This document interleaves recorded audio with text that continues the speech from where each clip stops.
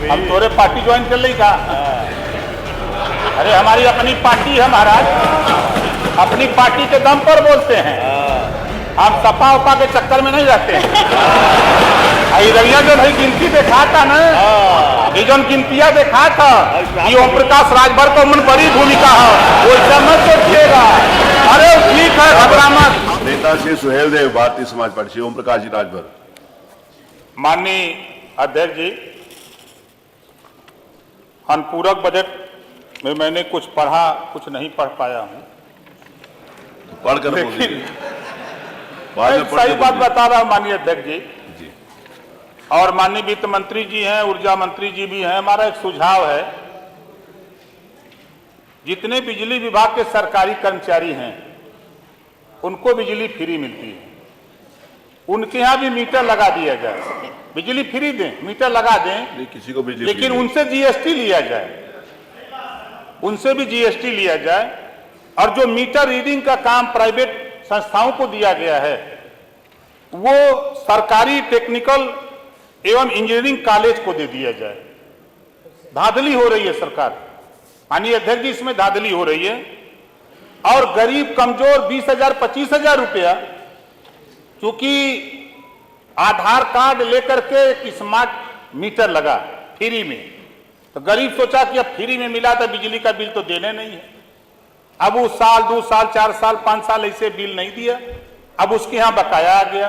गांव के गांव कनेक्शन गरीबों के काट दिए जा रहे हैं, और मान्यवर 5 लाख 10 लाख बकाया वाले लोगों का कनेक्शन नहीं कट रहा है। इस पे भी आपका ध्यान आकर्षित कराना चाहूंगा। चूंकि मिट्टी का तेल मिल नहीं रहा है, बंद हो गया है, अब बिजली कट गई, अब रात को खाना खा रहा है तो पता लगा मुंह में जाने के तकिए में चल जा रहा है। आपके साथ तो ऐसा नहीं हुआ? इसमें माननीय ऊर्जा मंत्री जी बैठे हैं, इसका निदान जरूर करा दें, क्योंकि गरीबों का सवाल है। दूसरा सवाल है मान्यवर, हमारे वित्त मंत्री जी जरा ध्यान इधर करिएगा प्रभु, वो हमेशा कार्य में लीन रहते हैं। साथ ही किसी के पिता की मृत्यु के बाद जब वरासत होती है तो नाम दर्ज करने में कोई त्रुटि हो जाती है। सामान्य बजट के ऊपर आप न्याय की बात है, न्याय विभाग है इसमें लगा। आप कहिए, मैं नहीं कह रहा कि नहीं, लेकिन सामान्य बजट हम बजट में आ रहे हैं मान्यवर, तो सुन तो लीजिए। आप बताइए प्लीज। पिता की मृत्यु के बाद जब विरासत हो रही है तो कहीं त्रुटि हो जा रही है, तो जिसकी त्रुटि हो जा रही है वो दौड़ते दौड़ते साल 2 साल दौड़ रहा है, उसको न्याय नहीं मिल रहा है। जबकि मान्यवर संविधान के राजस्व संहिता अधिनियम की धारा 38(1) में व्यवस्था है कि गलती को सुधार किया जाने की व्यवस्था है, लेकिन दौड़ते दौड़ते उसका जूता किया जा रहा है, चप्पल फेंका जा रहा है, लेकिन कोई सुनने को तैयार नहीं।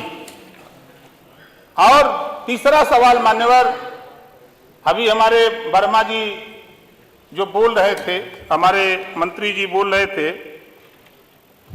एक हाई कोर्ट का मामला है मान्यवर। हाई कोर्ट 2 बार भर राजभर जाति को अनुसूचित जनजाति में शामिल करने का उत्तर प्रदेश सरकार को आदेश दिया, लेकिन अभी उस पर संज्ञान, मैं माननीय मुख्यमंत्री जी से इस बात को लेकर मिला था, मुख्यमंत्री जी ने भी आश्वासन दिया है कि ये प्रस्ताव हम दिल्ली भिजवा देंगे। ये उत्तर प्रदेश के बस का नहीं है, लेकिन इस प्रस्ताव को हम दिल्ली भिजवा देंगे।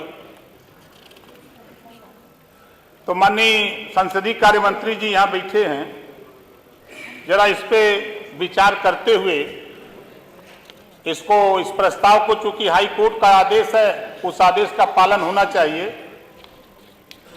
और मान्यवर, इसी सदन में सामाजिक न्याय समिति की बड़ी चर्चा हुई है, नियम 56 में बहस हुई, संसदीय कार्य मंत्री जी ने आश्वासन दिया, मुख्यमंत्री जी ने भी आश्वासन दिया, लेकिन वो रद्दी की टोकरी में पड़ी रह गई। तो माननीय संसदीय कार्य मंत्री जी थोड़ा ध्यान इधर करिएगा, आपका ध्यान कागजे में ज्यादा रहता है, कम से कम हम लोगों की विपक्ष की बातों पर भी तो ध्यान दीजिए महाराज। हम तोरे पार्टी ज्वाइन कर ली का? अरे हमारी अपनी पार्टी है महाराज, अपनी पार्टी के दम पर बोलते हैं, हम सपा उपा के चक्कर में नहीं रहते हैं।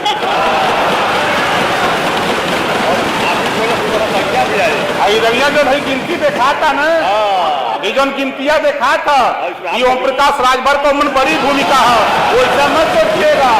अरे ठीक है, घबरा मत, आपस में बातचीत नहीं, आपस मेरा निवेदन, मेरा एक मिनट, मेरा निवेदन है माननीय ओम प्रकाश जी, माननीय ओम प्रकाश जी, माननीय ओम प्रकाश जी, माननीय ओम प्रकाश जी, मान्यवर जो भी बात कहनी है मुझसे कहिए, आप डायरेक्ट आपस में कोई बातचीत नहीं करेंगे। अरे आप भी शांत रहिए ना, देखिए आपने छेड़ा तो उन्होंने बोला, आप बोले नहीं गलत बात, आप नहीं बोले, हल्ला कर रहे हैं आप माननीय ओम प्रकाश जी, आप विषय पर आइए प्लीज। माननीय अध्यक्ष जी, आप विषय पर, माननीय संसदीय कार्य मंत्री जी का ध्यान आकर्षित कराना चाहूंगा। सामाजिक न्याय समिति की रिपोर्ट पर आपने भी आश्वासन दिया था और अभी तक वैसे ही पड़ा है। चलिए धन्यवाद, तो उस पर ध्यान करिए।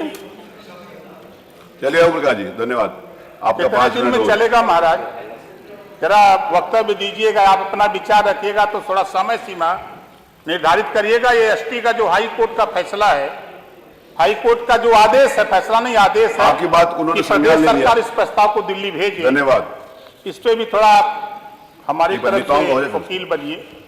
धन्यवाद ओम प्रकाश जी, थैंक यू।